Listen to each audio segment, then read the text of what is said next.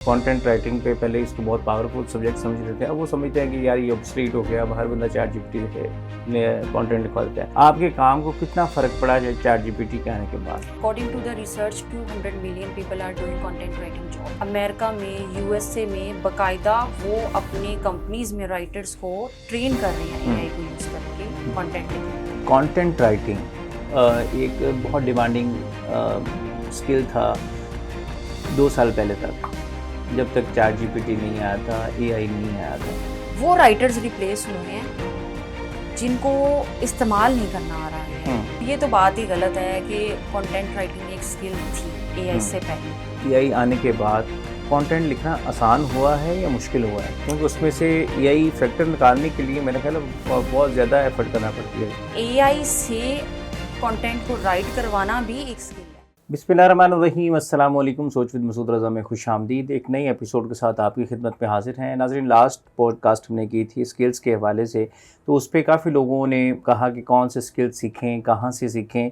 तो हमने उस पर एक सीरीज़ शुरू की है जिसमें हम बताएंगे कि आप अपनी छुट्टियों को कारआमद किस तरह से बना सकते हैं, किस तरह से आप स्किल्स सीख के आप ग्रो कर सकते हैं। तो डिफरेंट निश के अंदर जो एक्सपर्ट लोग हैं, हम उनको अपने प्रोग्राम में मदऊ करेंगे और उनसे जानने की कोशिश करेंगे कि उन्होंने सफ़र कैसे शुरू किया और आगे आप लोग उनसे कैसे सीख सकते हैं। तो आज की पॉडकास्ट में मेरे साथ मौजूद हैं रिमशा खान, जो कि कंटेंट राइटिंग एक्सपर्ट हैं और फ्रीलांसिंग की दुनिया में भी काफ़ी अच्छा नाम है उनका, और वो लोगों को स्किल सिखाती भी हैं और हेल्प आउट भी करती हैं। हम वेलकम करते हैं रिमशा खान को। रिमशा, कैसे हैं आप? आई एम फाइन, आप कैसे हैं? ठीक है, अल्हम्दुलिल्लाह, ठीक ठाक। First of all thank you so much for inviting me for this meaningful conversation.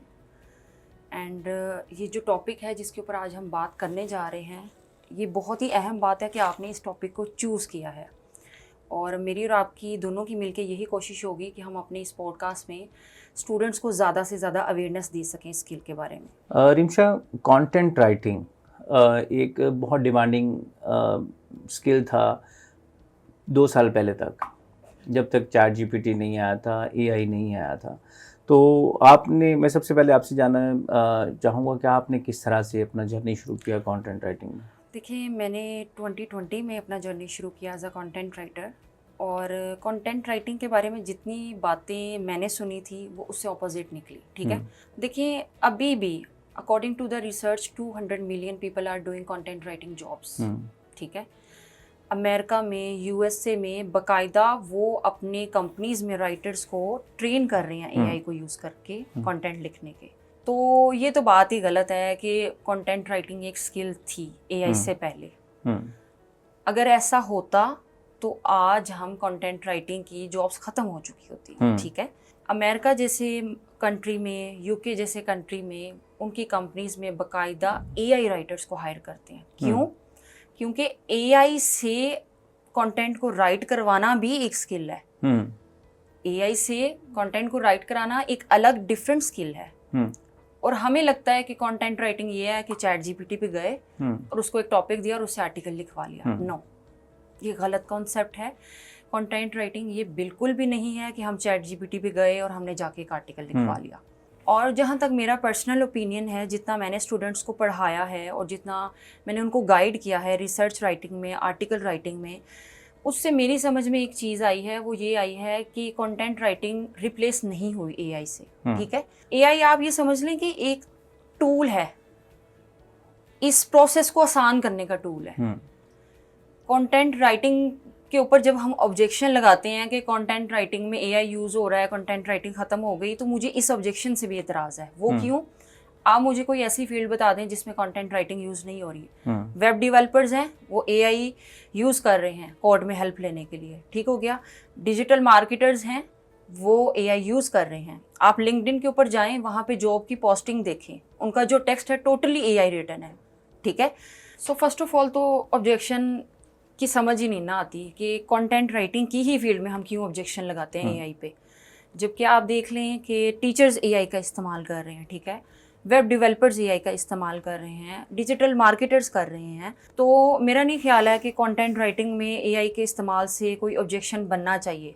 ठीक है, एआई का इस्तेमाल इस तरह से कंटेंट राइटिंग में होता है कि एआई इस प्रोसेस को आसान कर देता है। ठीक है, एआई आपको एक टेम्पलेट दे देता है कि ये हेडिंग आप अपने आर्टिकल्स में ऐड करें। ठीक है, अगर आप एआई का कंटेंट यूज़ करते हैं तो आजकल जितने भी क्लाइंट्स आपको अपवर्क के ऊपर, फाइवर के ऊपर हायर करते हैं, उनको पता है एक सिंपल कंटेंट में और एक एआई जनरेटेड कंटेंट में एक वाज़िया डिफरेंस नज़र आ जाता है। अच्छा, उसमें ये है कि जो सॉफ्टवेयर्स हैं जो एकेडेमिया में यूज़ करते हैं, हम भी यूज़ करते हैं अपनी असाइनमेंट्स पर चेक करने के लिए, थीसिस चेक करने के लिए, तो उसमें तो एआई फ़ौरन से पकड़ा जाता है, उस पे आ जाता है कि ये एआई जनरेटेड कंटेंट है। तो मेरा क्वेश्चन ये है कि क्या एआई आने के बाद कंटेंट लिखना आसान हुआ है या मुश्किल हुआ है? क्योंकि उसमें से एआई फैक्टर निकालने के लिए मेरा ख्याल है बहुत ज़्यादा एफर्ट करना पड़ती है। आपका सवाल बहुत ही ज़बरदस्त है।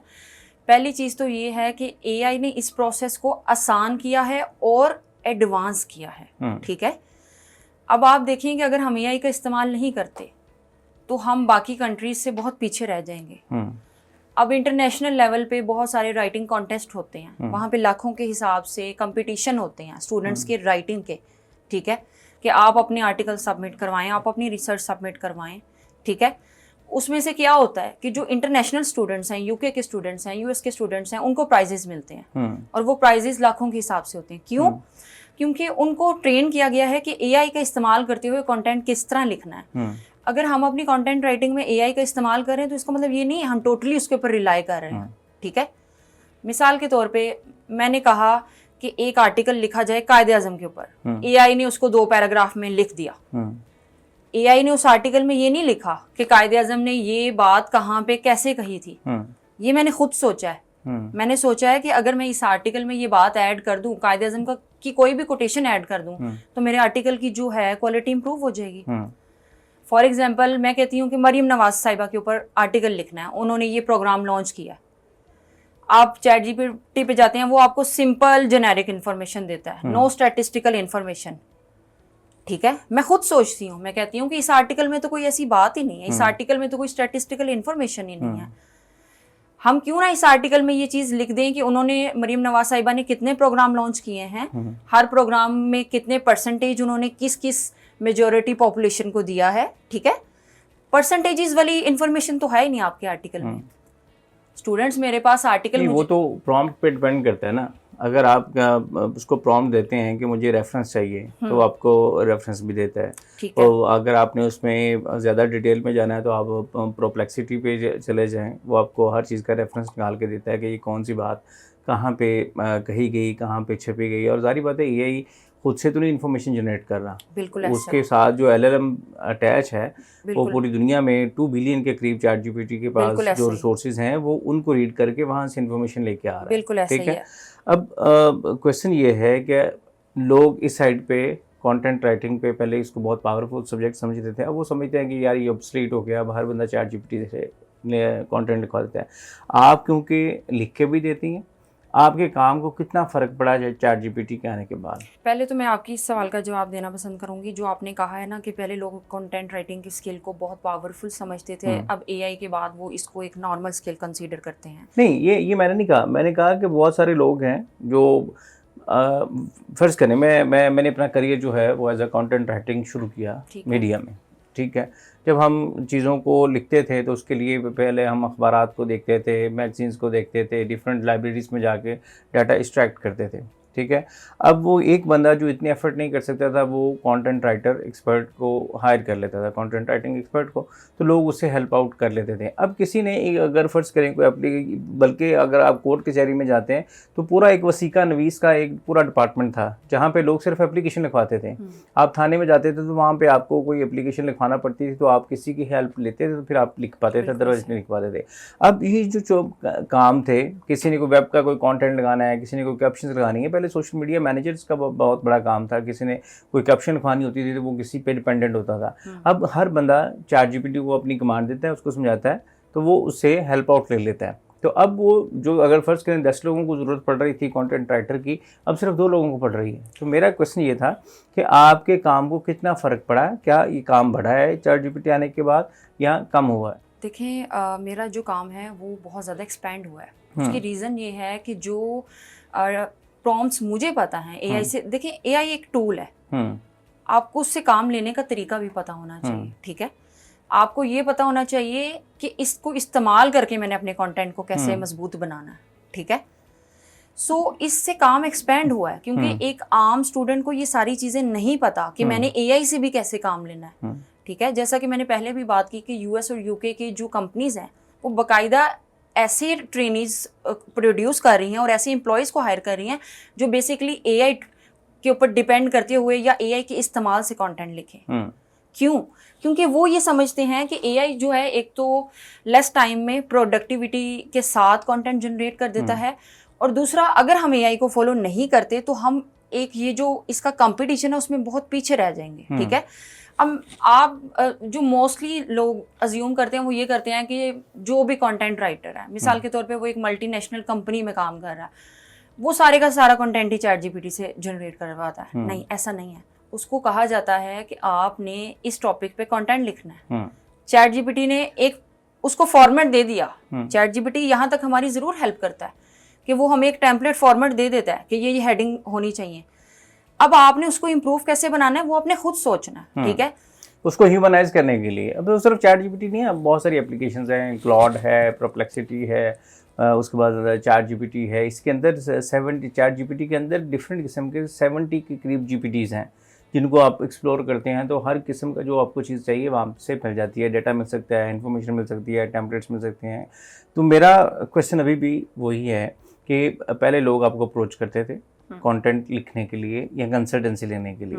ठीक है, पहले जिस तरह से मैं अपनी एग्जांपल आपको देता हूँ कि मैं अभी ये काम करता था कि लोग मेरे पास आते थे कि यार हमें एक टेम्पलेट बना दें। ठीक है, कि मेरा रिसर्च उसका एब्स्ट्रैक्ट कैसे लिखना है, इंट्रोडक्शन किस तरह से लिखना है, रिसर्च ऑब्जेक्टिव किस तरह से लिखने हैं, रिसर्च क्वेश्चंस किस तरह से लिखने हैं, उसकी बॉडी किस तरह से बनानी है, उसका डेटा एनालिसिस किस तरह से करना है, कंक्लूजन किस तरह से देनी है, वे फॉरवर्ड किस तरह से लिखना है। तो हम फैसिलिटेट करते थे, पैसे लेते थे उनसे और उनको हम फैसिलिटेट कर देते थे। अब जब ये टेम्पलेट पड़ा है ChatGPT के पास, उसको कहता है जी कि भाई अभी हमारे एक दोस्त हैं, उन्होंने 24 घंटों के अंदर एक किताब लिख दी है पूरी। अच्छा। और सारी with the help of ChatGPT और क्लॉड और परप्लेक्सिटी, और उसमें बाकायदा रेफरेंसिंग भी उसने ऐड की है। तो अब लोगों को आपके पास क्यों आना चाहिए? वो राइटर्स रिप्लेस हुए हैं जिनको इस्तेमाल नहीं करना आ रहा है कंटेंट राइटिंग के लिए। आप मेरी बात समझ रहे हैं जी? अगर आप कह रहे हैं ना कि पहले लोग ज़्यादा कंटेंट राइटर्स हायर करते थे और अब कम करते हैं, तो वो मार्केट में कंटेंट राइटर्स रिप्लेस हुए हैं जिनको AI को इस्तेमाल करते हुए मजीद कंटेंट लिखना नहीं आ रहा। हाँ, यानी कि वो राइटर्स जिन्होंने अपने आप को विद द चेंजिंग डायनामिक्स उन्होंने अपने आप को इवॉल्व किया और इन्होंने चीज़ें की। क्योंकि एकेडेमिया के अंदर जब स्पेशली हम बात करते हैं थीसिस राइटिंग की या रिसर्च राइटिंग की, तो उसमें पब्लिशर जो होता है वो उससे पहले मांगता है आपसे उसकी रिपोर्ट। ठीक है, हाँ, वो प्लेजरिज्म और AI की रिपोर्ट जब आती है तो उसमें पहले मसला ये आ रहा था कि पहले प्लेजरिज्म की इशू ज़्यादा थी। बिल्कुल लोग क्या करते थे कि लोग डिफरेंट जगहों से कंटेंट उठाते थे और उनको वो ह्यूमनाइज कर देते थे, उसको पैराफ्रेजिंग उसके कर देते थे। अब क्या आ रहा है कि अब उसने क्योंकि डेटा जो है AI ने चेंज करके दिए, तो उसमें AI फैक्टर जो है वो 70% है और जो उसमें प्लेजरिज्म है वो कम हो गया। तो अब इसको करने के लिए आपने कहा कि अगर वो कोई बंदा इवॉल्व कर लेता है अपने आप को तो वो अभी भी परफॉर्म कर सकता है।